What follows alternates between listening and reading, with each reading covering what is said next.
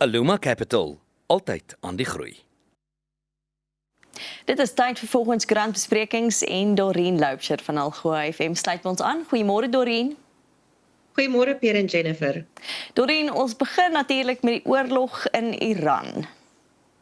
Ja, ek is seker die kykers het reg deur die naweek alles dopgehou wat gebeur het, maar ons almal weet hoeveel Suid-Afrikaners is in die Midde-Ooste en dit is nou die probleem omdat alle vliegtuie nie kan vlieg nie, die lugspasie is toegemaak en die Departement van Internasionale Betrekkinge probeer nou alles moontlik om Suid-Afrikaners terug te bring na veiligheid.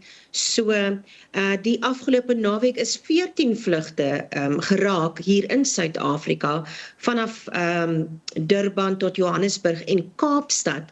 So dit gaan interessant wees, want baie lande word nou hierdeur geraak met ambassades wat toemaak. Ek weet Thailand stuur ook 'n vliegtuig om van hulle landsburgers te kom haal. So ek weet daar's baie mense wat bekommerd is, want soos ek sê, ons het baie Suid-Afrikaners wat tans in die Midde-Ooste is.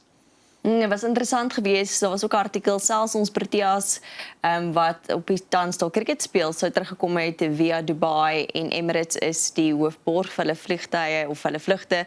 En so het ook gepraat van ons Proteas wat dalk moontlike ander reisreëlings moet gaan kry, want hulle is besig daarmee.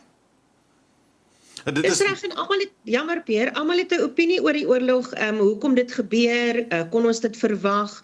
En sekerlik ja, maar gaan dit oor regimeverandering, gaan dit oor kernwapens, en baie mense sê dit is net nog iets om mense se aandag weg te hou van die Epstein-files. Ja, dit is al gesê, maar ek dink vir die mense wat vassit in die Midde-Ooste beteken dit maar min. As jy jouself in so 'n situasie bevind, dan is dit die belangrikste om nie daar uit te kom en veilig te wees. Veral as Afrikaners nog daar is en vasgekeer is in die Midde-Ooste en wil uitkom, ons dink aan julle en alle sterkte en ons is seker, soos die Departement van Internasionale Betrekkinge sê, daar is planne om mense uit te kry. Ek sal graag wil weet of hulle dit gaan uitvoer of nie, maar nou ja. Ons het praat oor die feit dat daar beslag gelê is op onwettige enstowwe, back-and-claw enstowwe vanuit Kenia. En hoekom die staat, kyk, mense nou gedink die staat sal kwaad wees as hulle so iets sien, want dis ons maar staatsintellektuele eiendom, die hele enstof besigheid, maar dan daar's interessante feite oor die Keniaanse enstowwe. Eerstens was ek baie verbaas dat, kom ons noem dit nou maar onwettige enstowwe ingebring is dit iemand wat wou geld maak uit ons pandemie, of is dit desperate boere wat alles wou probeer het om van hierdie enstof te kry?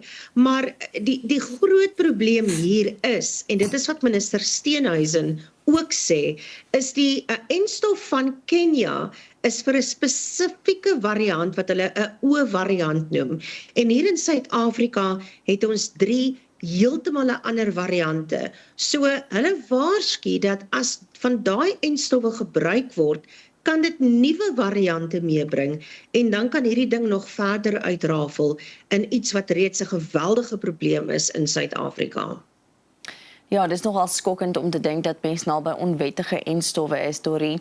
En hoe ver trek ons nou met die uitrol van enstowwe in Suid-Afrika? Het dit al begin gebeur? Dit gaan baie goed van wat ons hoor. Ek weet, minister Steenhuisen was verlede week in KwaZulu-Natal, waar hy veral met melkboere vergader het.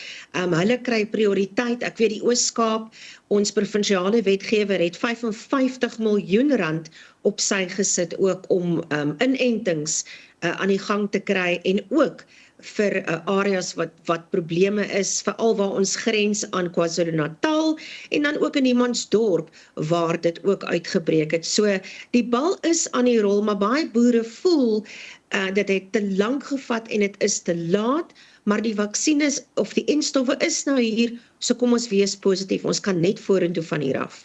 Inderdaad te laat. Maar ja, soos jy gesê het, die minister sê, die eerste toediening van enstof sal waarskynlik aan gemeenskappe se beeste gaan. Met ander woorde, daar waar meeste van die probleme vandaan kom, die rondloperbeeste, seker maar goed dat die mens daar eers te kom en van daar af na die groot produsente toe. So ons hoop die proses vorder spoedig en suksesvol. Ja. Dan, dit is nou grondwet grondwetlike maand, ons vier die grondwet hierdie maand en so juis by die grondwetlike hof is daar nou 'n saak wat gaan opkom oor name van beweerde verkragters wat nie openbaar gemaak mag word nie. Super, ek hou hierdie storie baie fyn dop. As joernalis weet ons dat iemand wat van verkrachting aangekla word, sy naam mag nooit genoem word totdat hy gepleit het nie. En dit is soms baie om kinders te beskerm, die identiteit van kinders. Maar hierdie persoon wat jy nou op die skerm sien is 'n aktivis en sy het haar beweerde verkragter se naam genoem en hy het haar nou toe hof toe gesleep. So sy word nou bygestaan en hierdie saak gaan nou in die grondwethof aangehoor word want sy sê die wet wat beweerde verkragters beskerm is teen die grondwet, want waar is haar regte? Want in hierdie sake soms kan dit 2 of 3 jaar neem voordat iemand pleit en hulle voer aan dit gee daardie persoon die geleentheid om nog verder mense te verkrag as hulle uit is op borg.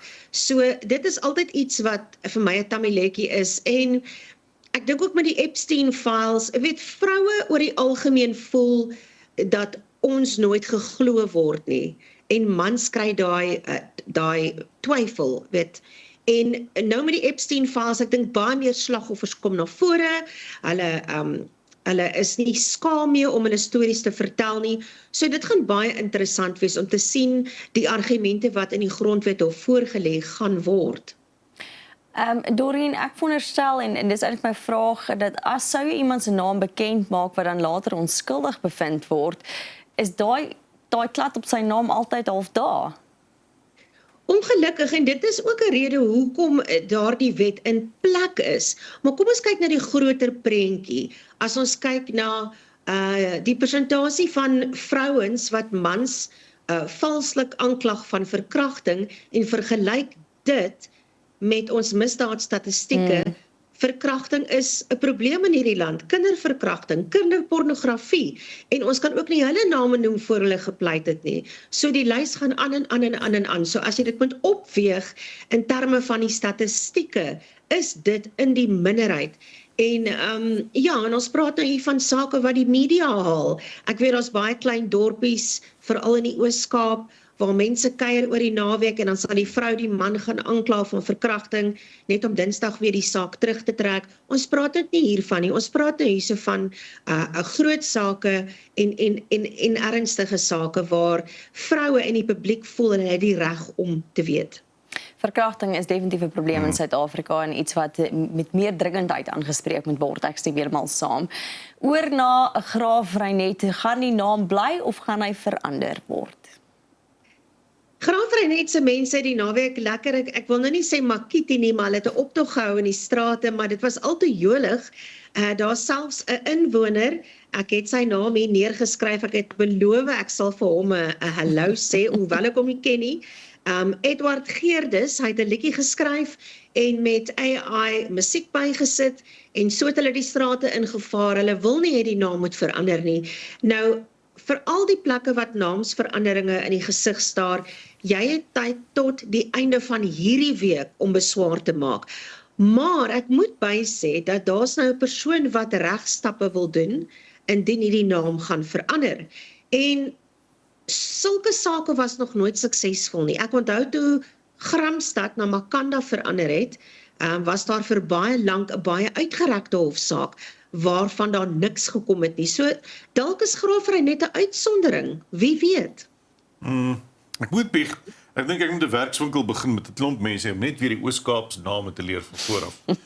Hulle verander nogal redelik vinnig. Maar nou ja, ons moet praat oor TV-lisensies. Hulle sê betaal jou TV-lisensie, want dis die regte ding om te doen. Regtig? Wel, hulle sê net 20% van mense betaal hulle TV-lisensies. Nou, ek dink daai 20% is dalk 'n ouer geslag wat al vir jare 'n TV-lisensie het. Ek kan nie myself indink dat jonger mense enigsins TV-lisensiegelde betaal nie, hoewel dit wet is. En dis nie duur nie. Ek meen dis R256 per jaar, maar dis die wet. En as jy dit nie betaal nie, kan jy 'n boete opgelê word, jy kan tronkstraf kry en hulle kan ook rente vir jou vra. En jy kan ook nie 'n televisie koop sonder 'n lisensie nie, maar die feit bly staan, mense soos ek kyk net Netflix of Apple of Hulu.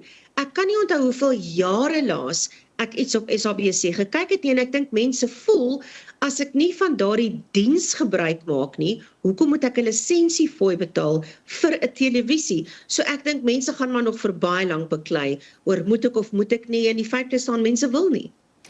Ja, dit voel my so 'n bietjie soos e-tolls. Mense wil nie haar geld betaal nie, so dis sommer interessant wees om te sien of mense dit doen. Kom ons beweeg na medaljes vir die tronkbewaarders. Die minister van korrektiewe dienste, Dr. Pieter Groenewald, het iets laat herleef, iets wat in die 90er jare stopgesit is, en hy het gesê hy wil dit terugbring. En dit is om tronkbewaarders en diegene wat lank reeds in diens is van die departement te vereer met 'n medalje. So hulle gaan begin met diegene wat al reeds vir 40 jaar in die departement werk. Daar's so wat 80 wat vir hierdie medaljes in aanmerking kom, en dan ook ander, so net onder 14,000 personeellede wat hy ook wil vereer met medaljes. En dan gaan hy ook die embleem van korrektiewe dienste so 'n bietjie nuwe lewe gee. En ek dink dis wonderlik. Ek dink enige werksplek wil jy 'n klop op die skouer kry. En dit is nie maklik om vir 'n plek soos korrektiewe dienste te werk nie. So knap gedaan aan Dr. Pieter Groenewald, wat net weer 'n bietjie, hoe kan ek sê, die onder die mense net weer jou trots te maak op jou werk en te laat voel, dis hoekom ek werk, hoekom ek word waardeer. Dit is nie net om geld en brood op die tafel te sit nie. So 'n bietjie korrektiewe dienste se vure weer regskit. Dis 'n lekker ding om te sien. Maar nou ja, vertel my 'n bietjie van die vliegtuig met kontant wat neergestort het in Suid-Amerika. Ek weet hier by ons is daar 'n lorry omval met 'n krat kookolie, dan is dit weg. Maar dit lyk vir my dieselfde ding geld amper vir wat is dit, Kolumbie, waar was dit geweest?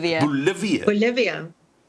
Hierdie is so 'n aardige storie, ek moes dit met julle deel vanoggend, want daar is, ons sê nou 20, maar die dodetal is nou 22 mense wat dood is, toe 'n vragvliegtuig vol kontant in Bolivia neergestort het by die lughawe in baie erge storm.